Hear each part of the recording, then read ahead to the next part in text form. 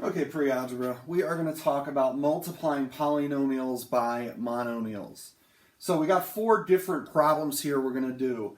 Our first 2, we're multiplying a monomial by a monomial. A monomial times a monomial. Our second 2 problems are when we got a set of parentheses and we got operations inside. We're going to use distributive property for those 2. But for the first 2, when you're multiplying a monomial times a monomial, you're just going to try to multiply the terms that are like by themselves. What I mean by that, it's kind of a little different than adding and subtracting in that. So I'm going to start with my numbers. I got a 3 and a 5 out in front that are just whole numbers. I'm going to do 3 times 5, which is 15. Then I'm going to move on to my x's. I'm going to do x squared times x to the 4th. And if you remember when we learned about multiplying variables with exponents times themselves, you add the exponents together. X squared times x to the 4th is x to the 6th power.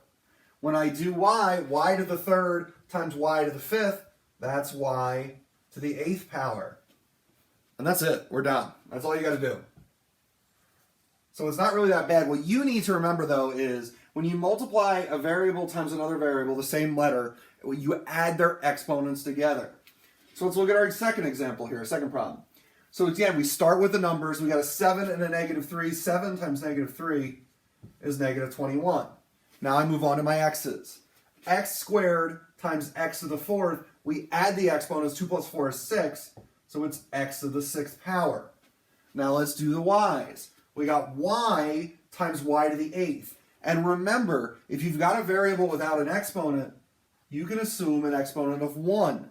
So 1 plus 8 is 9, so that's y to the 9th.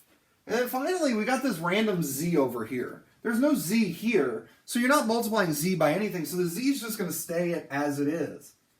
And then we've got our answer there, -21, x to the 6th, y to the 9th, z. All right, so what if there's parentheses and there's addition or subtraction inside the parentheses? We do the distributive property. So we take what's outside the parentheses and multiply it by each term inside the parentheses. So 2x times x squared, well, this is 2 times, you can imagine there's a number 1 in front of the x squared. 2 times 1 is just 2. Then x times x squared, remember, we add our exponents. We can imagine that has an exponent of 1. 1 plus 2 is 3, so that's 2x to the 3rd. Now, I take the 2x and I'm going to multiply it by y, so I'll just bring my plus sign down. 2x times y, again, there's no number in front of the y, so we can assume a 1. 2 times 1 is 2. Now, x times, there's no x, so the x is just going to stay in x. Same thing with the y. There's no y to multiply by, so it just stays a y. And we've got our answer there, 2x to the 3rd plus 2xy. All right, let's look at our final example here. We've got -4a squared b outside the parentheses, and that's being multiplied by all of this inside. But we're just going to distribute and multiply it by each term. So we start with -4 times 2 is -8. A squared times a to the 4th, well, 2 plus 4 is 6, so that is a to the 6th power. B times b to the 3rd, remember, b doesn't have an exponent. We can assume it has an exponent of 1. 1 plus 3 is 4, so that's b to the 4th. Now, I could bring my plus sign down, but I know -4 times 5 is -20. So instead of putting plus -20, it looks better to just put -20. Then I'll do a squared times a squared. 2 plus 2 is 4, so that's a to the 4th. B times b to the 3rd. Well, that's b. 1 plus 3 is 4, so that's b to the 4th.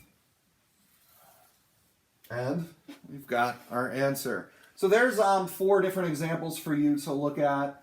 You've got some practice problems to do out of your textbook. Do those, check them over with the answer key I put on Google Classroom, and then take the quiz in Google Classroom. Thank you.